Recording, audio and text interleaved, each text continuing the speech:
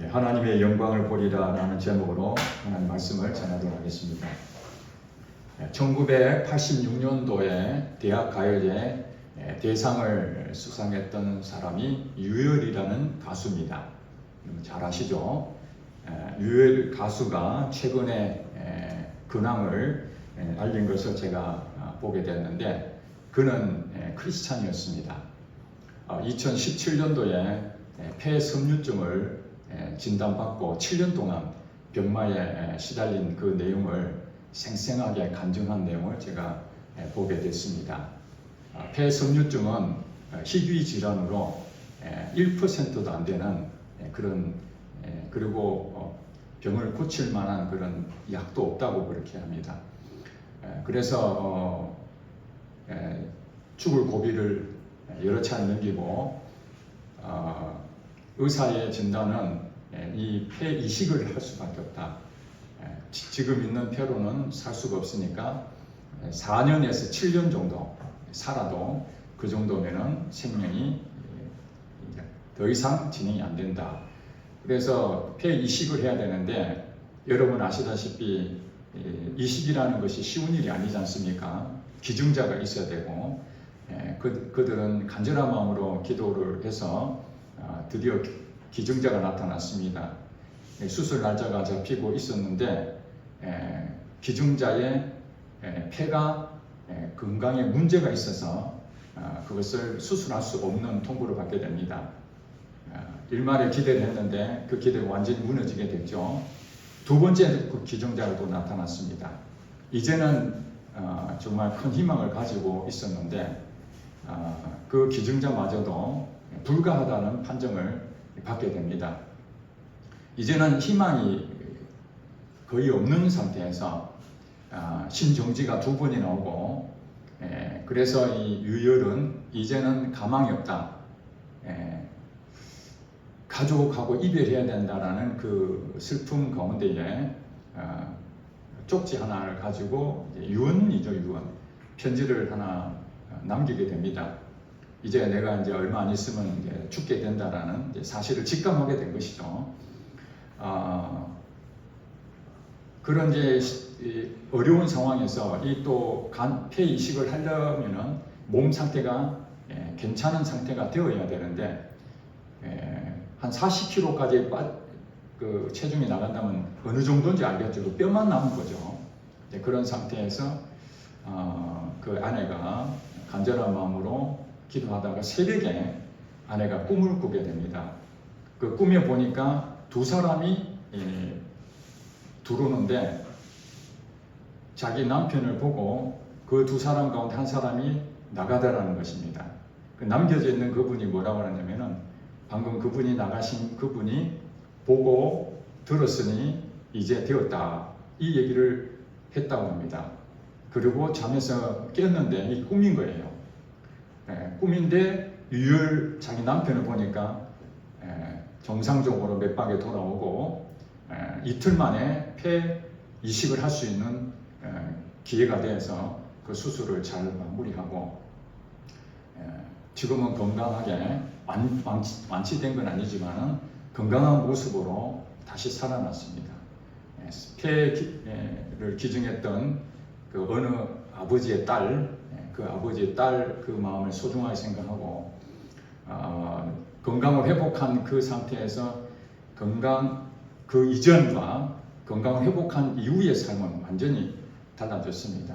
그 하나님을 찬양하고 가는 곳마다 하나님의 살아계심을 증거하는 자가 됐습니다. 하나님께서 처음부터 폐 이식 기증자에게 정상적인 것을 해서 바로 수술할 수 있었는데 2번이나 불가 판정을 받고, 이제는 완전히 이제 여기서 끝이구나, 이제 인종 준비해야 되겠구나, 그리고 유언을 쓰고 하늘나라 갈 마음의 준비가 다 됐을 때 비로소 하나님은 왜 진짜 기증자를 나타내서 그를 살려주셨을까요? 우리가 볼 때는 하나님의 방법이 좀 의문스러울 수가 있습니다. 이왕 살려주실 거 고통스럽지 않고 죽음을 생각하지 않고 편안하게 할 수 있는데, 완전히 최악의 상황에서 하나님의 일하시는 것을 보게 됩니다. 그것은 다름 아니라 하나님의 영광을 받으시기 위해서, 사람들에게 통해서 영광을 받으시기 위한 것은 사람이 가지고 있는 생각이 가능하다고 할 때는 하나님이 침묵하시고, 불가능하다 할 때, 이거는 진짜 사람의 힘으로 도저히 안 된다라는 그 상황이 왔을 때 하나님은 역사하시고 기적을 베푸신다는 것입니다. 그렇게 해야 사람들이 하나님은 살아계시는구나, 내 힘으로 하는 것이 아니구나. 만약에 유혈도 병이 안 걸렸다면, 폐섬유증이라는 희귀질환을 앓지 않았다면, 그리고 의사의 소견처럼 가망이 없다, 그런 얘기 안 듣고 그냥 잘 치료하면 괜찮습니다 이랬다면 지금 나와서 자기가 간증하고 이런 것들이 크게 와닿지 않을 겁니다. 그런데 희망이 있었을 때는 하나님이 침묵하고 간절한 마음으로 기도하고, 심지어는 그 아들이 초등학교 다녔는데 그 아들이 아빠가 살아나기를 얼마나 간절히 기도했으면 학교 가서 눈물이 막 나니까 화장실 가서 기도했다고 그래요. 화장실 가서. 그 어린아이가. 그래서 당장에는 이루어질 것 같지 않지만은 하나님이 결국에는 그 눈물의 기도를 통해서 영광을 받으셨다는 사실입니다. 제가 이번 주 화요일 날 아침에 좀 일찍 깼습니다. 잠을 평소보다 좀 일찍 깨서 바로 기도를 하는데, 그동안 제가 늘 기도해왔던 내용 중 하나가 믿음의 기도는 병든 자를 구원하리니 주께서 그를 일으키시리라, 이 말씀을 늘 묵상해 왔는데, 그날 일어났을 때는 믿음의 기도에 대한 부분들을 묵상하게 됐습니다. 기도하면서 하나님, 믿음의 기도가 무엇인가? 물론 믿음으로 기도하는 내용이죠. 근데 이것이 내게 어떤 의미가 있느냐 생각해 보니까, 하나님께서 내게 말씀으로 하나님 뜻을 줄 때에 이것이 바로 나의 기도 제목이라는 거죠. 그것이 믿음의 기도라는 거예요. 내 생각으로 하는 기도가 있고, 하나님의 내게 뜻을 가르쳐 주시고 또 말씀을 주실 때 그것이 바로 믿음의 기도구나. 그래서 병든 사람을 낫는 것은 그 병든 사람이 나올 수도 있고 안 나올 수도 있는데, 모든 사람이 다 하나님 믿습니다 하고 예수 이름으로 명하노니 이 질병은 떠나가라 해서 나올 수도 있고 안 나올 수도 있잖아요. 그럼 믿음의 기도는 무엇인가? 하나님이 내 마음속에, 하나님이 이 사람에 대해서 나을 것이다라는 분명한 마음을 주셨을 때, 즉 말해서 그 유열 가수의 아내가 늘 기도하면서 꿈을 꿨다고 그랬잖아요. 꿈을 통해서 이 남편이 살아날 것을 믿게 됐거든요. 그러니까 하나님의 주시는 레마의 말씀, 그 말씀이 탁 왔을 때 남편 살아나겠구나. 자기가 아무리 기도해도, 여러분 아무리 기도해도 내 마음에 살아나지 않을 것 같다 하는 것도 있을 수 있잖아요. 두 가지가 있거든요. 내가 기도하고 살아날 수도 있고 살아나지 않을 수도 있습니다. 이 상황에서 제게 주시는 마음은, 하나님의 마음이 부어질 때에, 하나님의 말씀이 부어질 때에 그걸 붙잡고 기도하면 그것이 믿음의 기도구나, 그렇게 하나님 믿음의 기도에 대한 한 사례가 있습니까? 그런 부분으로 기도를 했는데, 하나님께서 오늘 본문 말씀을 생각나게 했습니다. 믿음이 무엇인가? 믿음에 대한 부분들. 그래서 우리가 가지고 있는 믿음의 분야가 굉장히 많은데, 그 믿음의 분야 부분이 영역이 더 업그레이드 되는 것을 하나님 원하시고요. 여러분 다 하나님 믿잖아요. 안 믿는 사람 누가 있습니까? 저도 믿고 여러분 다 믿잖아요. 그러나 어떤 부분은 믿는데 어떤 부분은 못 믿는 부분이 있거든요. 그것을 하나님께서는 무엇을 원하는가? 내가 내 생각으로, 내가 가지고 있는 내 생각이 사실은 하나님이 하시고자 하는 일을 방해물이 바로 나라는 거예요. 나 자신이 가지고 있는 어떤 틀을 가지고 이 정도까지 내가 믿을 수 있는데 그 이상의 하나님 일하시는 것은 안 믿어지는 거예요. 그래서 믿음의 기도는 그 이상의 것을 기도하는 것이 믿음의 기도라는 것입니다. 그래서 오늘 본문 말씀 요한복음 11장에 나와 있는 이 나사로가 병든 사건의 이 내용은 교회를 오랫동안 다니시면 다 알고 있는 내용입니다. 구체적으로 여러분 다 설명 안 해도 다 알고 있는 내용인데, 이 내용이 도대체 무슨 의미를 담고 있는가? 이것은 사실은 극적인 드라마와 같습니다. 누가 어떤 작가가 글을 쓴다면, 소설을 쓴다면, 어떤 내용을 쓴다면 이보다 더 참 기가 막힌 극적인 반전이 있겠나 할 정도로 이 말씀은 우리에게 너무너무나 중요한 말씀이고 우리에게도 실질적인 얘기입니다. 나사로하고 내하고 무슨 상관이 있느냐? 그렇죠. 나사로는 이미 옛날 사람이고 오늘 나하고는 아무 관계가 없는데, 그리고 여기 다 알잖아요. 나사로가 살았습니까? 죽었습니까? 죽었다가 다시 살아나는 걸 다 알고 있잖아요. 그것이 우리 삶에도 실제로 육체적으로는 죽었다 살아난 그런 일이 있지만 우리의 문제 가운데, 그런 상황 가운데 이미 죽은 거나 마찬가지인 그런 것들도 하나님 언제든지 역사하실 수 있다는 사실입니다. 그것을 우리가 봤으면 좋겠습니다. 그래서 오늘 본문 내용처럼 마르다와 마리아, 오빠가 나사로죠. 예수님께서 그들을 사랑했습니다. 어느 날 이 오빠가 병들어 죽게 됐습니다. 그러니까 쉽게 나을 병이 아닙니다. 죽을 병입니다. 얼마 안 있으면 죽어야 될 굉장히 위급한 상황이 왔던 것 같습니다. 그래서 급히 예수님을 초청합니다. 예수님 빨리 와서 우리 오빠를 고쳐달라고. 그랬는데 예수님께서는 4절에 보니까 예수께서 들으시고 이러시되 이 병은 죽을 병이 아니다. 하나님의 영광을 위하며 하나님의 아들이 이로 말미암아 영광을 받게 하랍니다. 예수님께서는 그 상황을 알게 됐어요. 나사로가 질병에 걸렸는데 죽을 병이다.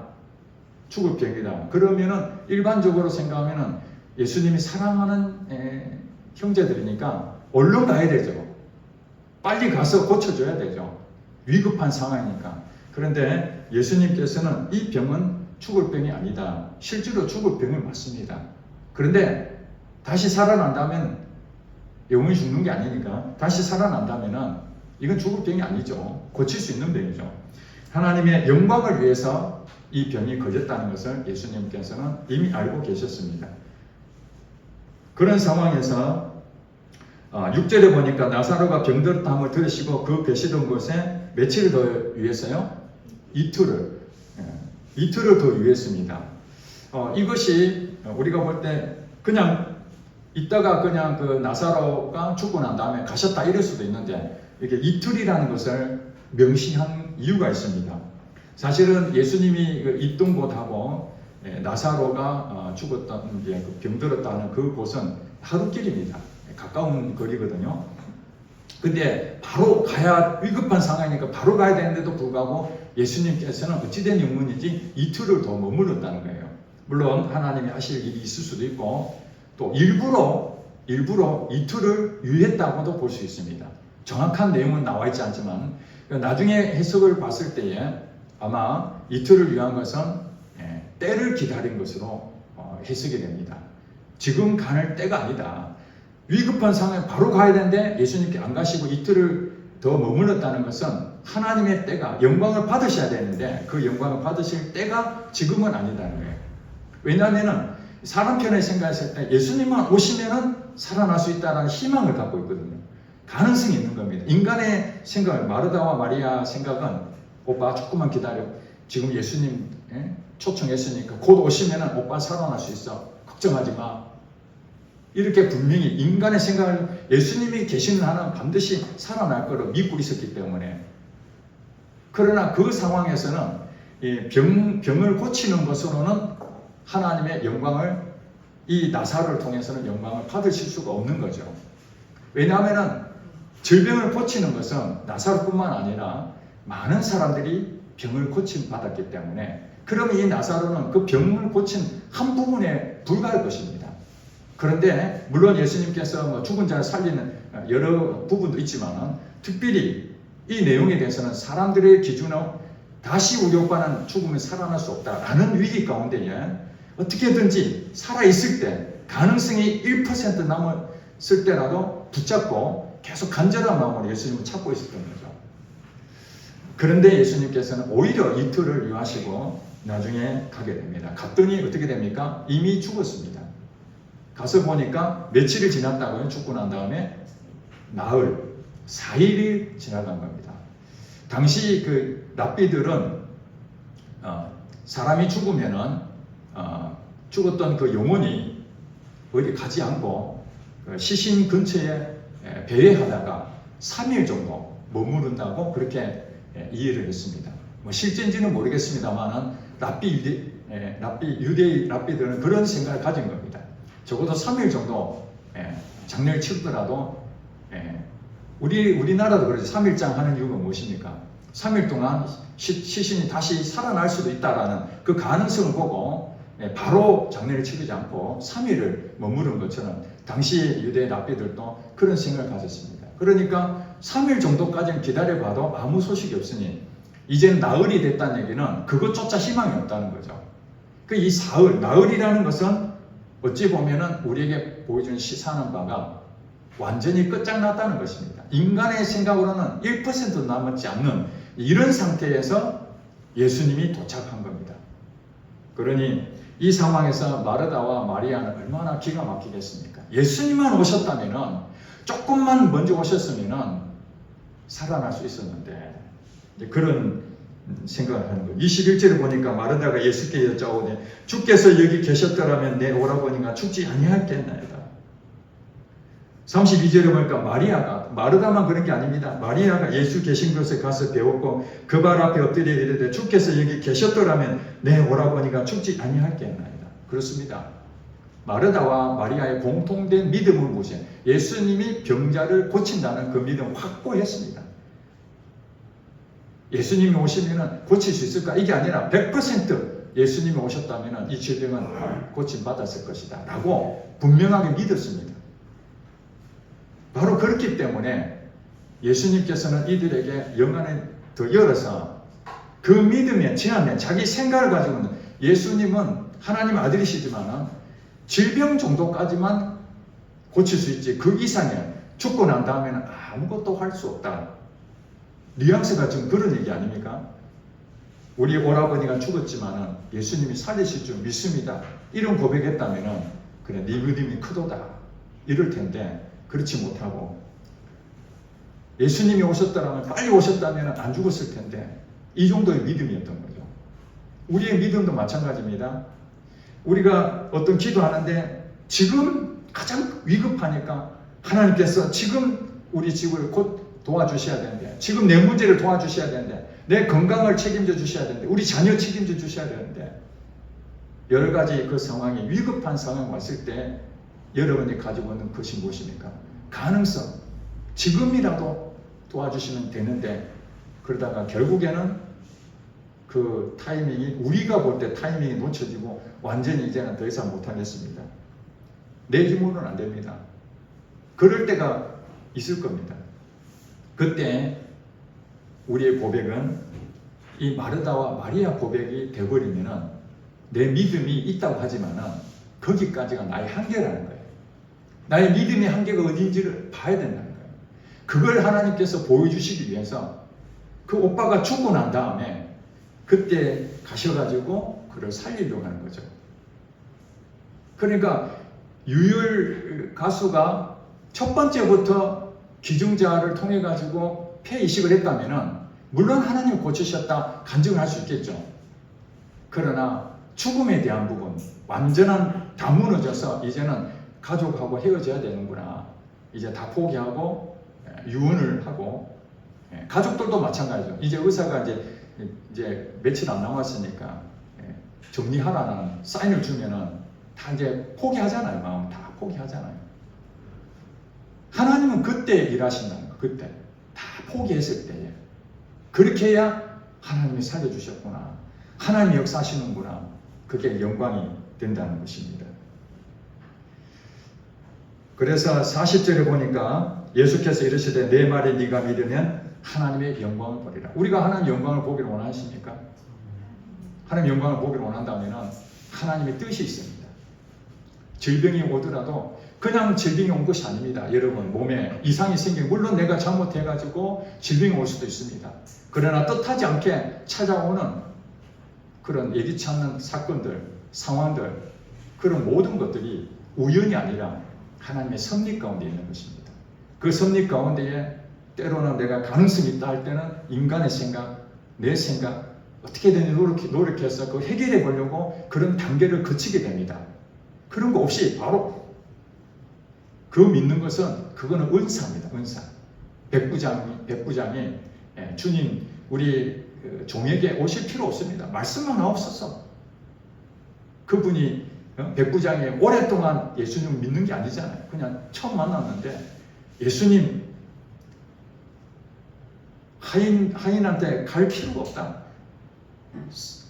예수님 말씀 한마디면 끝난다. 믿음이 크도다. 이 은사로 온 거거든요. 믿음의 은사. 그러나 지금 이 나사로를 죽었던 그 나사로에 바라봤던 이 마르다와 마리아의 시각은 은사가 아니고 믿음의 자라는 성장에 대한 부분에서 본인이 가지고 있는 한계를 가지고 있는 걸 뛰어넘는 그 일들을 하나님 하신다는 거예요. 그래서 우리가 믿음의 기도라는 것은 여러분이 가지고 있는 믿음의 수준만큼 기도할 수 있거든요. 자기 기준에. 그런데 하나님께서는 그것을 더 넓히기를 원하기 때문에 때로는 더 극한 상황을 만나요. 사람마다 다르죠. 감당할 수가 없으면 거기서 끝나죠. 유혈은 그것을 감당할 수 있기 때문에 그 고비까지 더 간 것이죠. 만약에 첫 번째 폐 이식을 하는 것에 기증자가 안 됐다고 하면은 그걸로 그냥 나는 포기해버리는 사람도 있을 수 있잖아요. 더 이상 나는 안 되겠다. 그걸로 끝나버리는 사람은 하나님 그걸로 끝날 수밖에 없죠. 그것이 마지막이니까.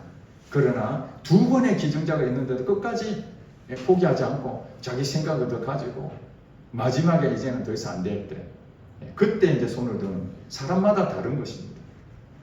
그리고 우리가 모든 부분이 그러면은 믿음의 기도하면은 다 살아나는가 그런 생각 가질 수 있잖아요. 어떤 사람은 하나님께서 기도했는데도 그 사람을 생명을 거두시는 경우도 있고 때로는 기적같이 살아나는 경우 있잖아요. 성경에 보니까 그 내용이 다 있더라고. 여러분 다윗이 바세바와 관계를 통해서 낳았던 아들이 있잖아요. 그 첫 번째 아들이 여호와께서 그 아이를 치심에 그 아이가 죽을 병에 걸린지라 그렇게 나옵니다. 죽을 병에 걸리니까 다윗이 어떻게 했습니까? 그래 내가 죄를 보면 대가를 치러야지. 그리고 하나님 뜻대로 하세요. 이 아이를 데려가시든지 마음대로 하세요. 이렇게 했습니까? 아니잖아요. 그 아이가 죽게 되었으니까 금식을 하고 사생결단하면서 하나님 앞에 매달리잖아요.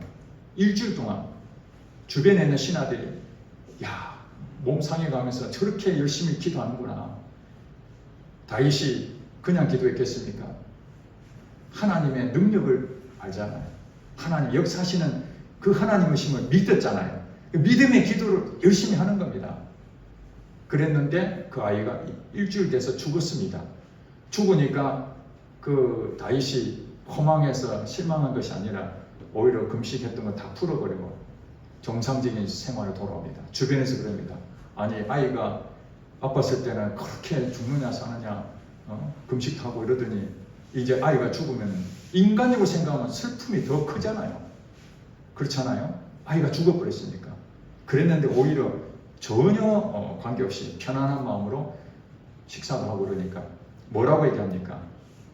이 아이가 사느냐 죽느냐는 문제는 내 문제가 아니라 하나님의 결정권이 있는데 혹시라도 나를 불쌍히 여기셔서 생각해 주실까 해서 일주일 내내 기도한 겁니다. 아직 안 죽었으니까. 죽을 병에 걸렸다 하지만 하나님 마음을 어떻게든 바꿀 수 있다면 내가 바꿔보겠다 하는 마음이죠.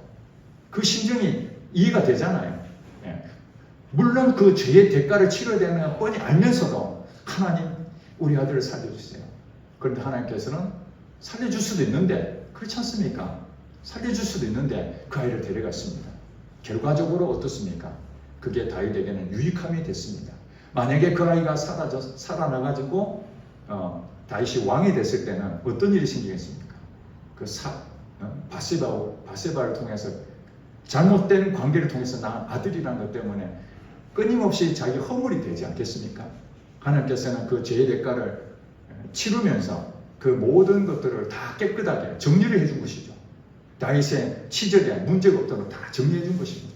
그래서 우리가 볼 때 하나님께서 이 땅에 기도를 믿음의 기도를 했는데도 불구하고 데려가시는 경우도 있고 때로는 살려주시는 경우도 있다. 그러나 그것이 다 하나님의 영광을 위해서 하신다는 거예요. 그렇기 때문에 그 다윗이 알았기 때문에 이 아이를 거두신 그 하나님 뜻이 이루어졌으니 하나님 영광을 받았었어. 그 마음을 갖는 것이죠. 그래서 사도 바울이 고백하기를 내가 살아도 주를 위해 살고 죽어도 주를 위해 죽나니 그런즉 내가 사나 죽으나 주의 것이로다. 이 고백을 할 수 있는 것입니다. 일단 우리가 죽는다는 것은 불행한 일인데 내가 살아도 주를 위해 살고 죽어도 주를 위해 죽는다. 이게 영광이거든요. 내가 죽는 것 자체도 영광이 된다면 그게 얼마나 큰 복입니까? 그리고 또 아브라함을 우리가 들 수 있습니다. 아브라함도 사실은 하나님께서 그 자녀를 준다고 그랬는데 25년 전에 줬어요. 75세에. 준다고는 말은 했는데 언제 아이를 낳는다는 그 시기는 얘기를 안 했어요. 25년 전에 계속 기도했겠죠. 하나님 언제 주십니까? 언제 주십니까? 그리고 아브라함도 하나님 믿었잖아요. 그렇기 때문에 말씀을 따라 하나님 말씀하신 대로 가나안 땅 갔잖아요. 자기 마음대로 간 게 아니거든요. 하나님을 믿고도 갔단 말이에요. 그럼에도 불구하고 자녀를 준다면 믿어야 되는데 본인도 믿었어요. 그것도 하나님 주실 거로. 그런데 시간이 지나니까 그 믿음이 흔들흔들하게 된 거예요.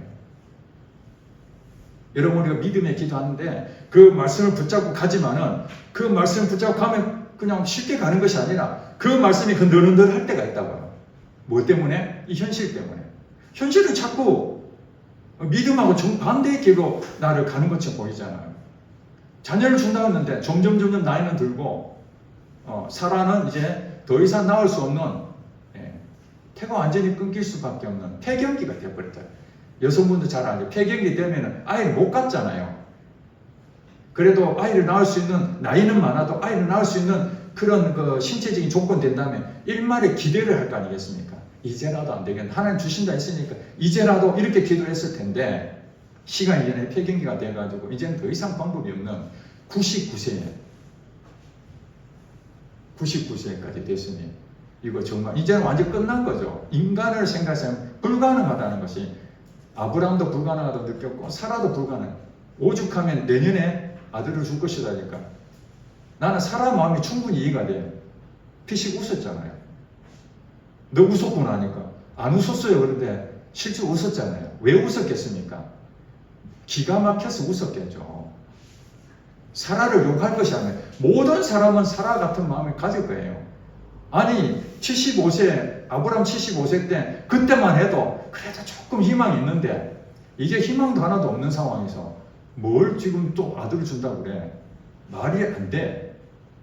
근데 진짜 100세 되니까 아이를 낳잖아. 아이를 놓고 어느 날 하나님께서 그 이삭을 바쳐냈을 때 저때 말씀드린 것처럼 새벽 일찍 일어나서 아내와 상의하지 않고 그 이삭을 바쳤는데 그때 아브라함 믿음이 어떤 믿음이냐. 죽은 자를 살리실 줄 믿음으로 그 이삭을 바쳤다는 것입니다.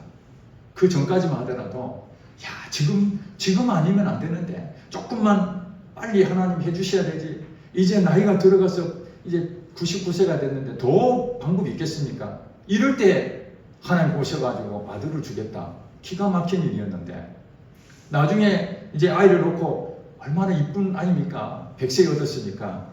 그래서 이제 뭔가 좀 정이 좀 들고 좋은 관계 가장 이쁠 때에 그 아이를 바치라면 믿음의 눈이 열리지 않았다면 또 실망했을 것입니다. 하나님 어찌 이럴 수 있습니까?